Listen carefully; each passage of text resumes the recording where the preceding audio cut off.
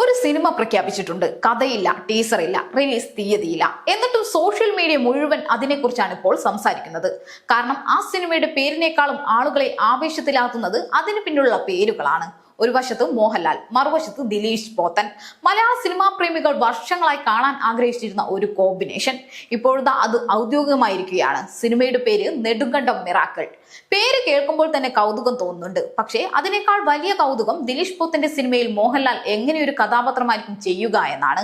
കാരണം ദിലീഷ് പോത്തൻ എന്ന സംവിധായകന്റെ സിനിമകൾ നോക്കിയാൽ ഒരു കാര്യം മനസ്സിലാകും. അദ്ദേഹം നായകനെ വലിയ ഹീറോയായി ഉയർത്തിക്കാട്ടുന്നതിനേക്കാൾ ആ കഥാപാത്രത്തെ വളരെ യഥാർത്ഥ മനുഷ്യനായി അവതരിപ്പിക്കാനാണ് ഇഷ്ടപ്പെടുന്നത്.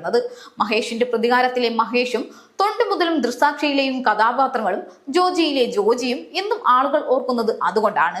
അവർ സിനിമയിലെ കഥാപാത്രങ്ങൾ മാത്രമായി തോന്നിയിരുന്നില്ല, നമ്മുടെ നാട്ടിൽ എവിടെയോ ജീവിക്കുന്ന ആളുകളെ പോലെയായിരുന്നു. അതുകൊണ്ടാണ് ഇപ്പോൾ പലർക്കും ഒരു കൗതുകം. ദിലീഷ് പോത്തന്റെ ലോകത്ത് മോഹൻലാൽ എത്തുമ്പോൾ എന്തായിരിക്കും സംഭവിക്കുക? ഒരു മാസ് കഥാപാത്രമാകുമോ, അതോ നമ്മൾ ഇതുവരെ കാണാത്ത തരത്തിലുള്ള ഒരു സാധാരണ മനുഷ്യനാകുമോ? ഇപ്പോൾ അതിനൊന്നുമുള്ള ഉത്തരമില്ല. പക്ഷേ സിനിമാ പ്രഖ്യാപനത്തോടൊപ്പം പുറത്തു വന്ന വിവരങ്ങൾ നോക്കിയാൽ പ്രതീക്ഷിക്കാൻ വകയുണ്ട്. കാരണം ഈ സിനിമയുടെ തിരക്കഥ ഒരുക്കുന്നത് ശ്യാം പുഷ്കരനും പോൾസൺ സക്രയും ചേർന്നാണ്. മലയാള സിനിമയിലെ മികച്ച എഴുത്തുകാരിൽ ഒരാളാണ് ശ്യാം പുഷ്കരൻ. അതുകൊണ്ട് തന്നെ കഥയുടെ കാര്യത്തിൽ പ്രേക്ഷകർക്ക് വലിയ പ്രതീക്ഷയുണ്ട്. അതുപോലെ ക്യാമറ കൈകാര്യം ചെയ്യുന്നത് ഷൈജു ഖാലിദാണ്. സംഗീതം ഒരുക്കുന്നത് സുഷിൻ ശ്യാം, എഡിറ്റിംഗ് സൈജു ശ്രീധരൻ. ചുരുക്കി പറഞ്ഞാൽ ഒരു നല്ല സിനിമയ്ക്ക് വേണ്ട ക്രിയേറ്റിവിറ്റി മുഴുവൻ ഇവിടെ ഒരുമിക്കുന്നത് പോലെയാണ് തോന്നുന്നത്.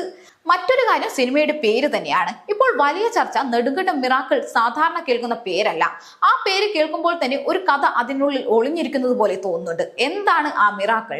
നെടുങ്കണ്ടവുമായി അതിന് എന്താണ് ബന്ധം? ഇതൊന്നും ഇപ്പോൾ ആരും പറഞ്ഞിട്ടില്ല. പക്ഷെ അതാണ് ഈ പ്രഖ്യാപനത്തിന്റെ പ്രത്യേകതയും.